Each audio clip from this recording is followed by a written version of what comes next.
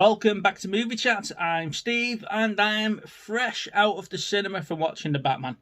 But before I get into the review, let's say a quick hello, and that's to Dave and Samantha from the Pilot Podcast. I had the pleasure of sitting next to them this morning during the film. They sound very knowledgeable about films, so I got talking to them. And yeah, we picked up a new sub, and I'm going to start listening to their podcast as well. They're halfway through a James Bond series. So if you're struggling for YouTube content and you listen to podcasts, why not give these guys a go? It's the Pilot Podcast. Right, The Batman. Where do I start with this? Now, I've been avoiding the other reviews and stuff like that came out before this film because I didn't want them to spoil it. It's a 3-hour disappointment. It's probably the way I can put this down to. Now, in a lot of these films, there's a lot of bits where nothing is happening, but then you're building up to an action sequence. But in this, the action doesn't justify the slow bit. So you get a slow bit, you get mediocre action, then you get slow bit and then mediocre action. Yeah.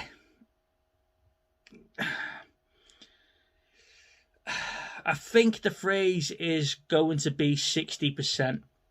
You could cut a lot of the slow bits out and shorten that 3-hour time down by 60% and have a really good movie. Was I glad I went to see it in the cinema? 60%. I'm glad that I went to see it in the cinema, but I could probably get away with just watching it at home. Was the action okay? 60% of what I was expecting. We are going to a Batman movie, so you'd expect them to be kicking ass and solving stuff, but you didn't really see him solve many of the clues. It came like that to him, and the bits that he did solve, there was no suspense to it. It was like, okay, well, if we just do this, then we would have got that done. It was pretty pointless, really.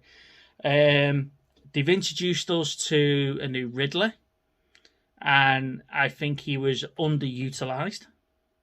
When they did catch him, we got 40 minutes of dragged-out action on the back of what he was setting up, which I don't think we needed. We could have just had more of him doing other bits, and we would have had the same effect. We got introduced to the new Joker in Arkham. So the sequel to the Batman that they're talking about, which is coming out in 4 to 5 years' time, I'm hoping it's not going to be the Joker. We don't need another Joker. We don't need 3 different versions of the Joker running at the same time at the moment, because you've still got Jared Leto, you've still got Joaquin Phoenix, and now you've got this new bloke. We don't need 3 of yous running around at the same time. With the sequel to the Batman, does that mean it's going to be the end of the Justice League? Batman? Probably not, because you've now got Michael Keaton's Batman coming in The Flash, and it's going to get really, really confusing.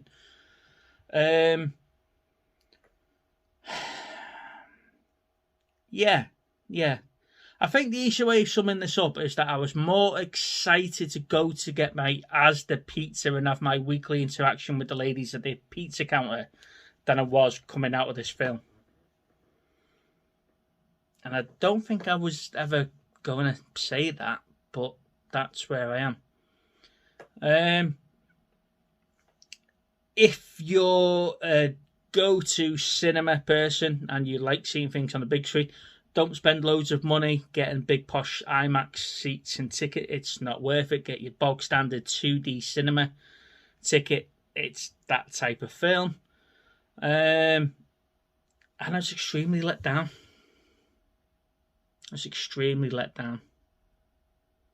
Hopefully the sequel will be better. Give some time to flesh it out. there wasn't really many special effects. It was fun identifying and knowing where buildings were and what cities they were filmed in by the buildings. That was quite fun. Picking out like Liverpool and Glasgow and Edinburgh in the middle of Gotham City. They make Gotham look like it's a bit of a New York stroke Tokyo with all of this big TV bits all around the streets, but then it's very gothic-y inside. It looks like sets from The Crow with all the raw iron and stuff like that. That was kind of cool.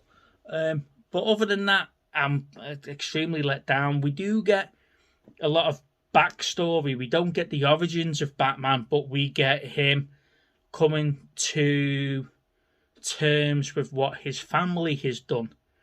And then he changes the way he's going to be going forward as the Batman on the back of that. Hopefully I haven't spoiled it too much for you and I haven't put downers on it for you, but to me it was a major disappointment.